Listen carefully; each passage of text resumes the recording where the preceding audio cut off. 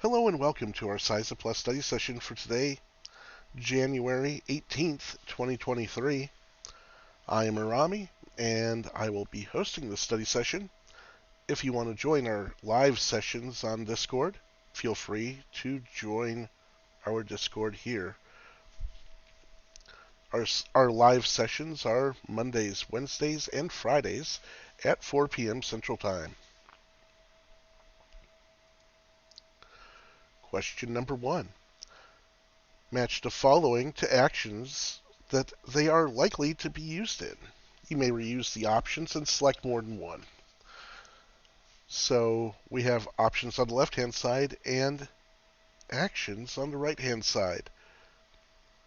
So let's go over what our options are. We have regular peer-to-peer communication, irregular peer-to-peer communication, small packet sizes, large packet sizes, communication to multiple ports on one device, communication to multiple devices on a network, data flowing from the target network to an attacker, or data flowing from an attacker to the target network. Our actions are beaconing, port scan, think stealth SYN scan with all ports, network scan like a ping scan, we're looking for hosts, data exfiltration, and recon from Google DNS records. So we're looking at maybe 8.8.8.8 and seeing what information we can dig up on this company.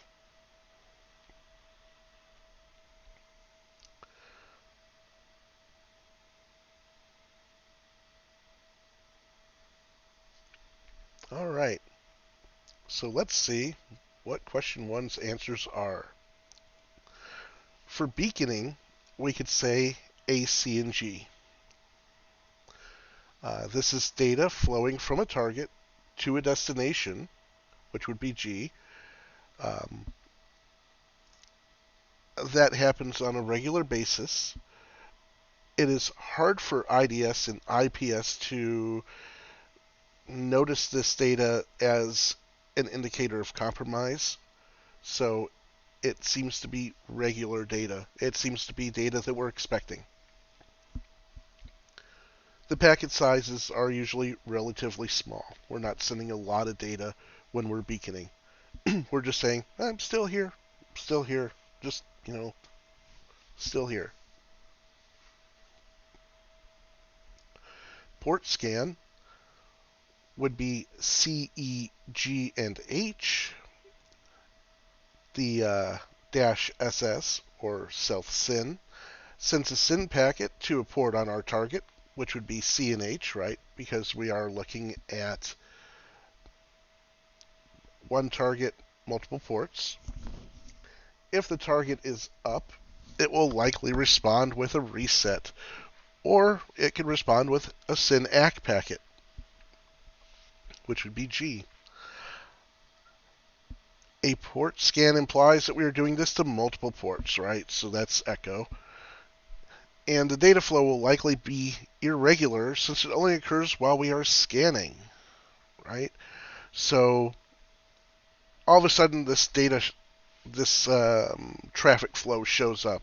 An IDS or an IPS will likely notice that there's some sort of a scan going. If it's irregular, that means that IDS, IPS will probably pick up on it, and it will probably say, oh, you're doing something you shouldn't be doing. Bad boy.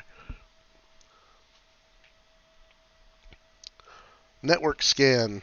So we're looking at hosts on a network. BCFGH. By performing a network scan or host discovery scan, we're checking to see what hosts are up. We can target whole subnets with this kind of scan, so multiple targets, right? We could do like 192.168.1.0/24 and do the whole Class C subnet. If we are pinging, we're using ICMP packets, which are small, and the traffic is irregular. because it's only going to happen during the scan, right? We're just normally floating along. All of a sudden the scan comes in, does all this stuff, IPS, IDS, they're going to notice. And then it's going to go away, and they're going to be like, yeah, that was a scan. Data must flow to the network, and we expect reply. If we're using ICMP, we may not get replies, right? Firewalls can drop ICMP traffic, and hosts will sometimes just not reply to ICMP traffic because, hey, if I reply, you know I'm here. That's not necessarily a good thing.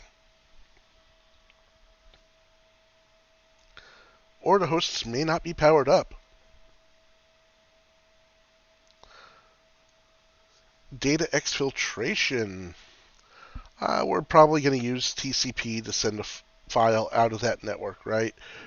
We wouldn't use UDP because we actually care if we get all the packets.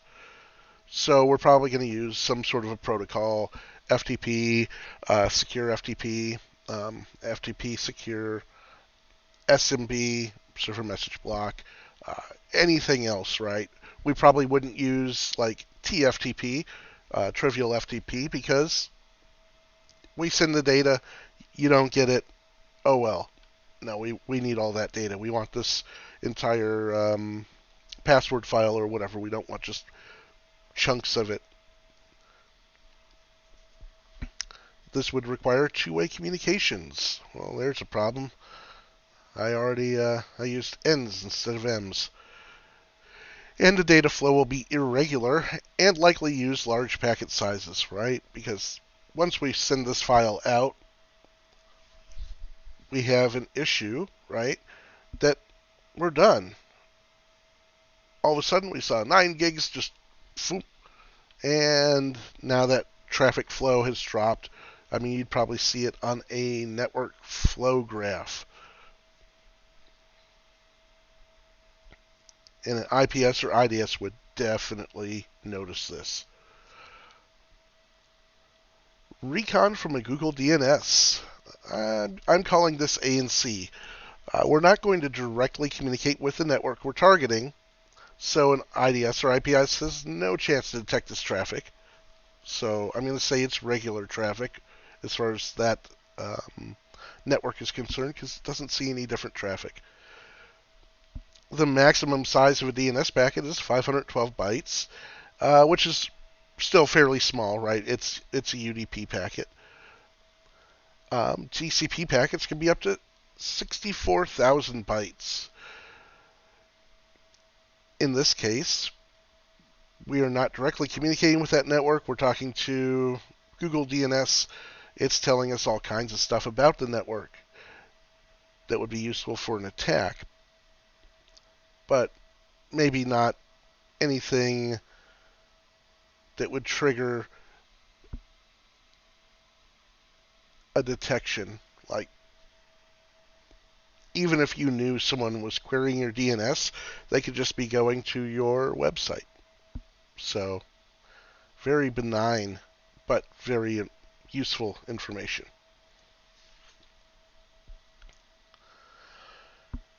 Question 2. An application used by your company uses an open source library that has been determined to contain a vulnerability. There's no patch available for this vulnerability yet. Which of the following is not an indicator of compromise? So we have this application, has a vulnerability, no patch yet, they're working on it. But we have some stuff going on our computers, and which one of these is not an indicator of compromise? Would that be an application will not work properly? Would that be unexpected inbound network traffic?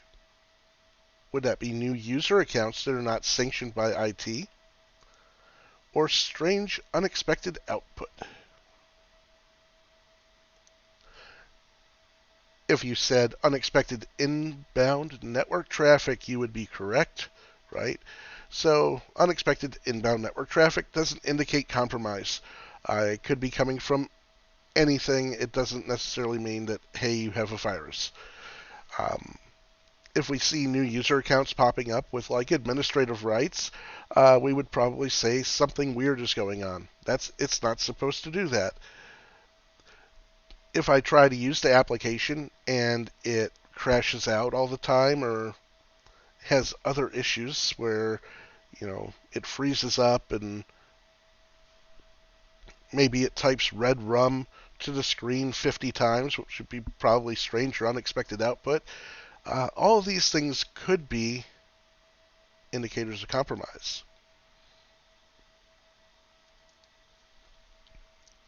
Question 3. Match the following unauthorized changes to their terms. Okay. A user's installed Winamp to listen to music on their work laptop. It's still a thing. They just had an update.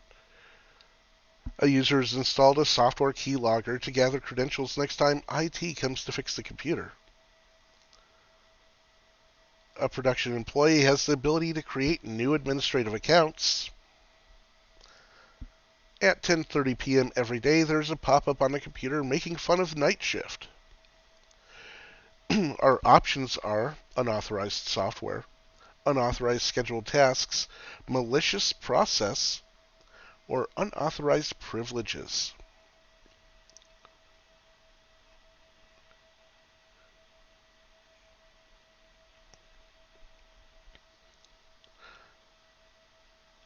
I would almost say at least all of them, I guess, really, are unauthorized privileges, right? Like, should my normal user be able to install programs?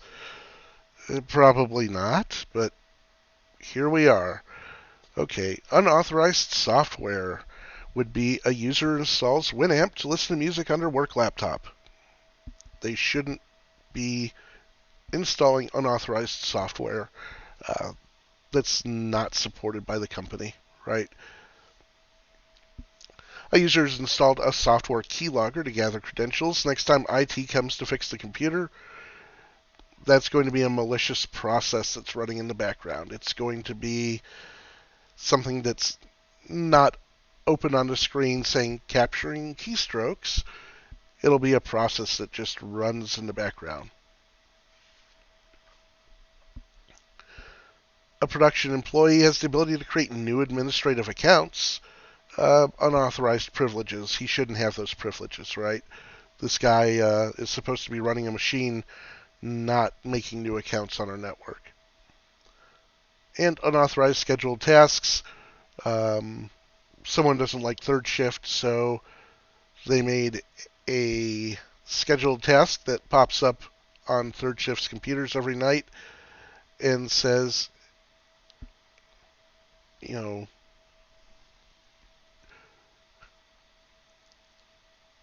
I don't know what it would say. Haha, you have to work at night and sleep during the day. I don't know.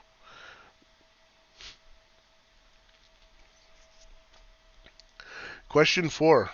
If I wanted to check one file for viruses using multiple different antiviruses, what tool could I use? Would that be Nessus, VirusTotal, MITRE, or Graylog?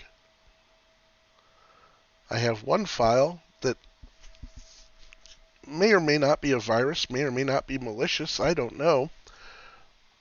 And I think, I really should check this before I open it. What can I use to scan that file? What tool could I use to be as sure as I possibly can be that this file is not malicious?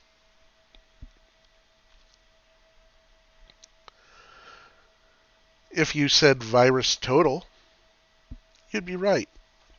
VirusTotal is an online tool that allows you to enter a hash, a file, or URL, and it will check it against a database and multiple virus scanners. Not all virus scanners will update at the same time. I've seen files where only one or two scanners will work and say, hey, it's malicious, and the other, like 48 of them, will be like, no, it's good. At that point, I usually say, oh, could be malicious, not opening that thing, right? MITRE is a database tool that has lists of APTs and their apparent goals, along with common TTPs and other data to help figure out what IOCs we should be looking for during an investigation. Graylog is a SIEM or SIM, and Nessus is a vulnerability scanner that can help identify known issues on target systems, right? So if it sees things that are out of date, it could alert you to that. Question 5. We're going to choose 2 of these. What are some places that we can gather open source information about a company and what technology it uses? Would that be A, social media such as Facebook, LinkedIn, and Indeed? Would that be B, Nmap scans? C, talking to employees of the company? Or D, blogs and tech forums?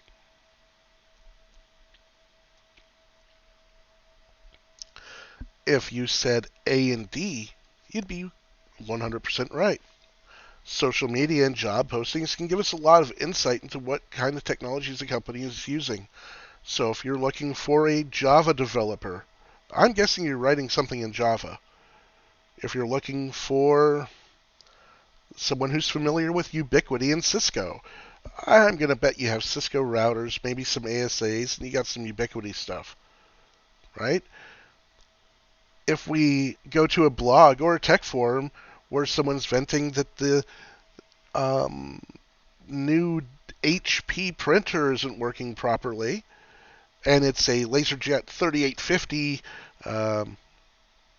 D, I know you have a LaserJet 3850D in your office. And that can be useful because printers are one of those things that, guess what? They don't get updates, right? If we can compromise your printer, now we have a point of entry on your network.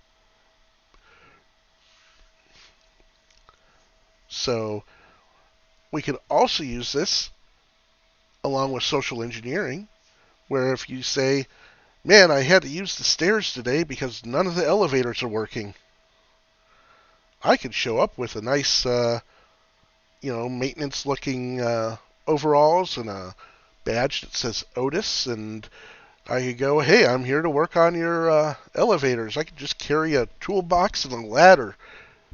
No one's going to ask me twice. Oh, you're here to fix the elevators?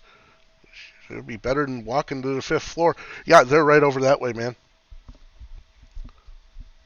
Real easy, right? Lots of stuff we could do with that. Well, this week's study session is going to be a little bit short. I only got 5 questions done.